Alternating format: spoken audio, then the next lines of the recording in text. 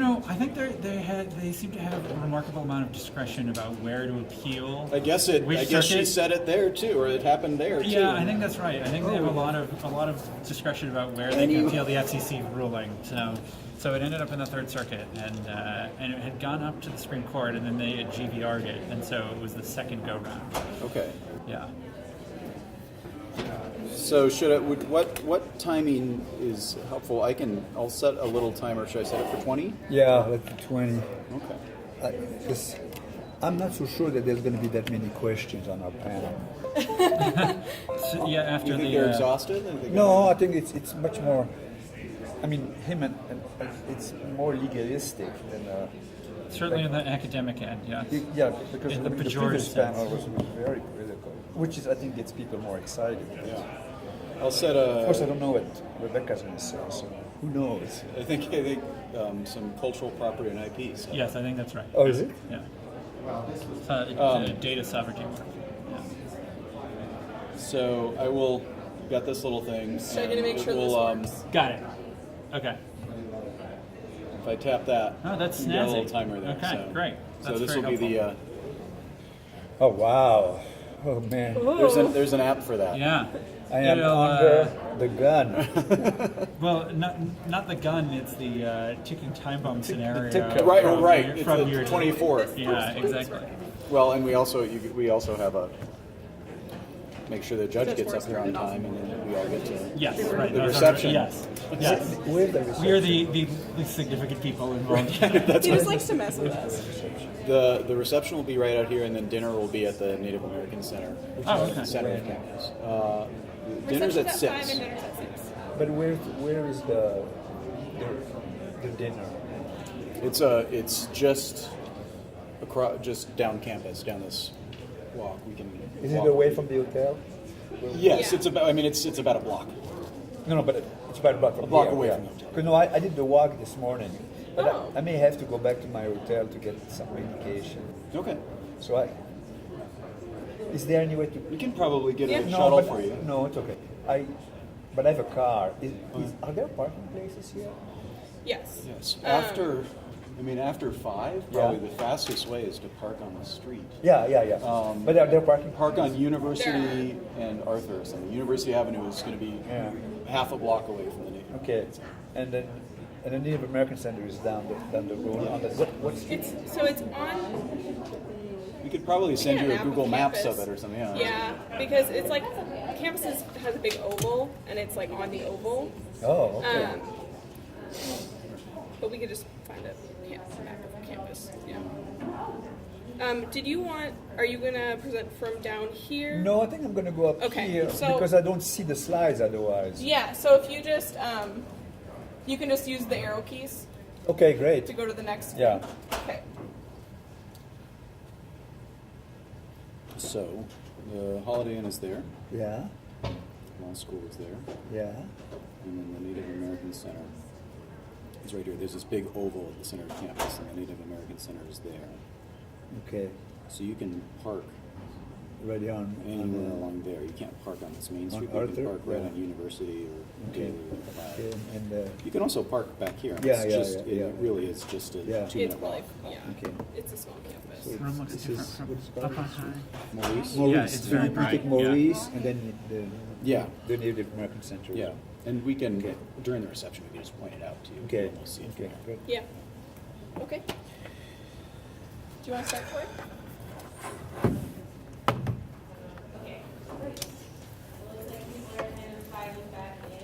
I think no, it's Yeah, it's time. 2:05. Oh. Co-editors-in-chief of the Montana Law Review. I just want to say thanks for being here. I know it's been kind of a long day, but it's been being awesome for our panel, so we appreciate you guys sticking it out to the afternoon. This panel is on tribal sovereignty, and I'll introduce the panelists and then the moderator, and we'll get going. So first, Professor Rebecca Sozi teaches at the James Rogers College of Law at the University of Arizona. And she'll be presenting on sovereignty and tribal data in the big data age. And we have Professor Gregory Oblowski from the Stanford Law School. Who'll be presenting on analogizing native nations to other sovereigns. And finally, Professor Alex Devine from the S.J. Quinney School of Law at the University of Utah. as the level playing field in tribal sovereignty. And our final moderator of the day is Professor Anthony Johnstone. Professor Johnstone is the constitutional law professor here at the University of Montana School of Law, as well as the advisor to the Montana Law Review. And prior to joining us at the law school, Professor Johnstone was the Solicitor General of the state of Montana. Without further ado. Thank you, Tori. Well, welcome everyone. It's a thrill to have been part of the students' organization of this, and I want to thank them again.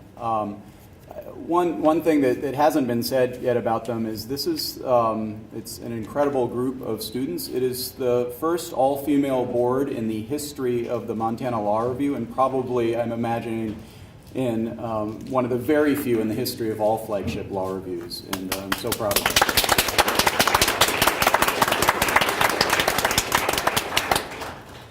So we're at the Alexander Blewett III School of Law, and I thought I'd just start with a short anecdote. When I was clerking, one of the first hearings that Judge Thomas heard was in Bozeman, Montana, actually, and he sat with Justice Byron White by designation and Judge Susan Graber of the Ninth Circuit to hear a case called Redwolf versus Burlington Northern.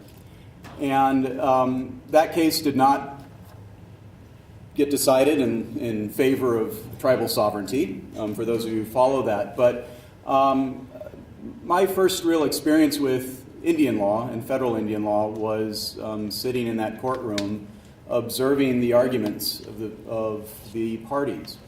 And two people stand out in stark relief in that argument. The first was the lawyer for the plaintiffs who argued the case in the Ninth Circuit.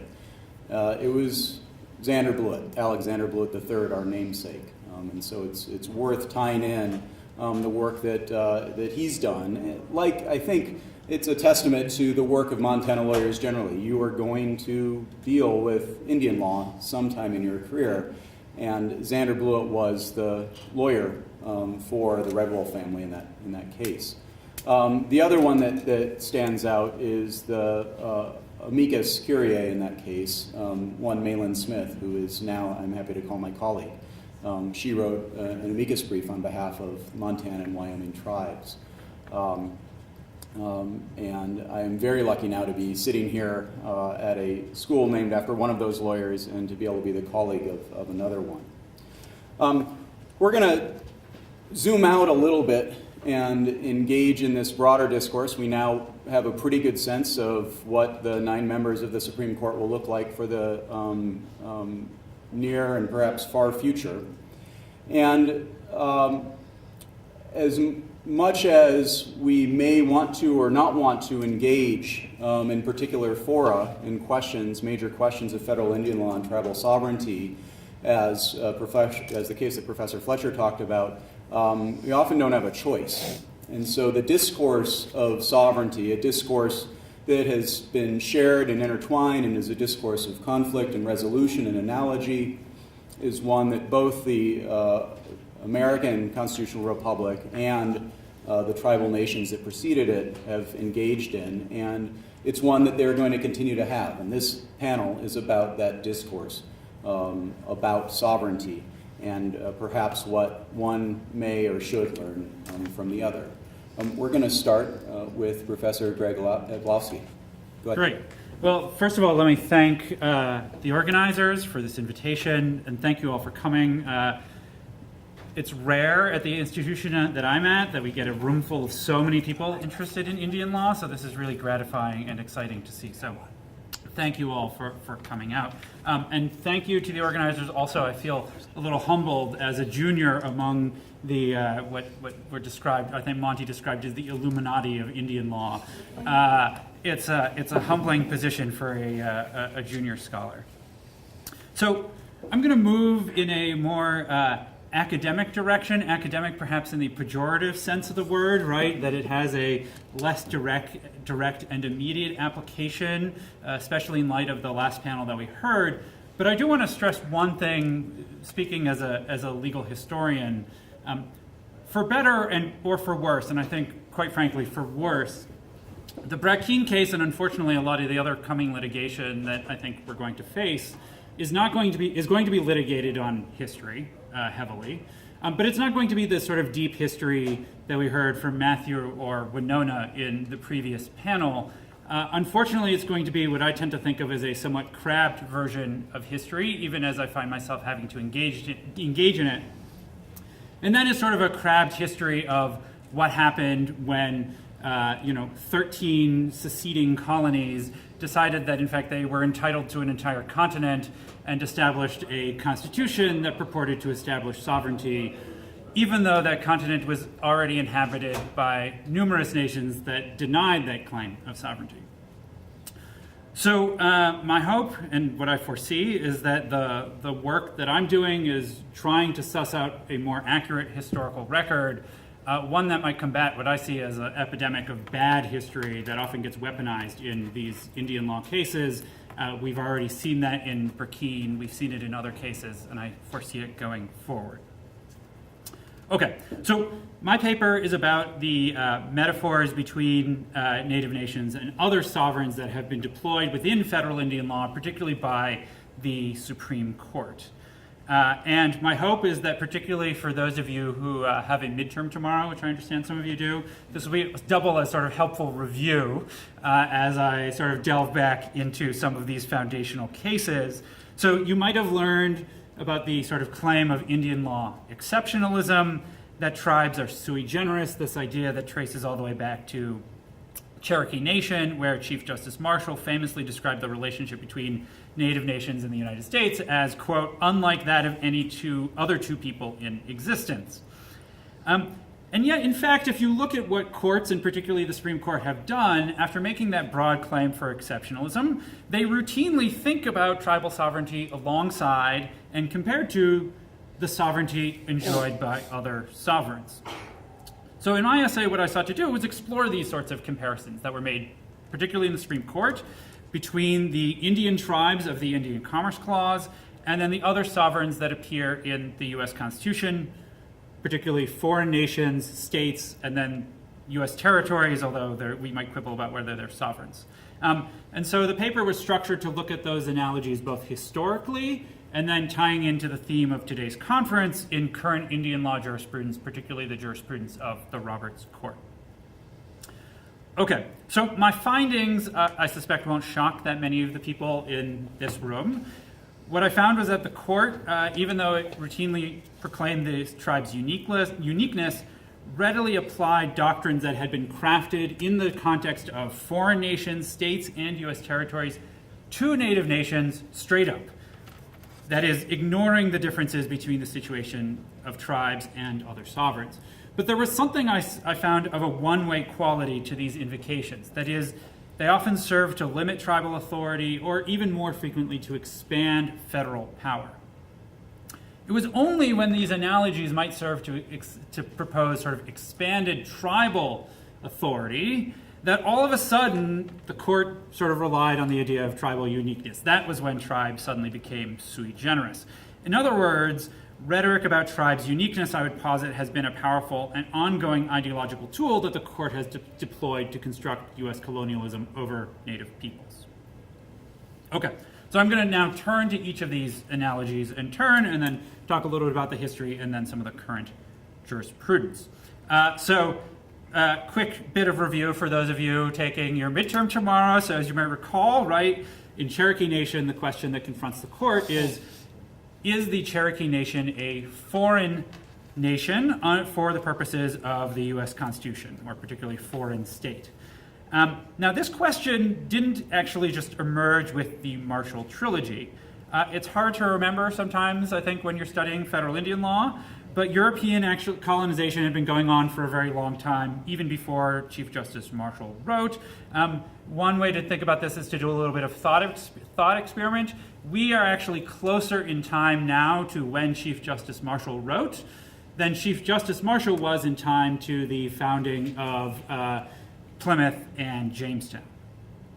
So when Marshall wrote, Europeans had been debating for basically over 3 centuries how Native nations compared with the foreign nations that they were more familiar with from the European context. And so in the remainder of my time, what I'm going to do is now go through in great detail the details of the jurisprudence of Binkerschock, Grotius, and Pufendorf. I just wanted to work in their names because I think they're highly entertaining. If you are that kind of nerd that you really enjoy this kind of thing, I have a forthcoming article in the Journal of American History that goes into a little bit more of the legal history, and I'm happy to share that with you if you are that kind of nerd. But let me cut instead to the chase, which is that it turns out that if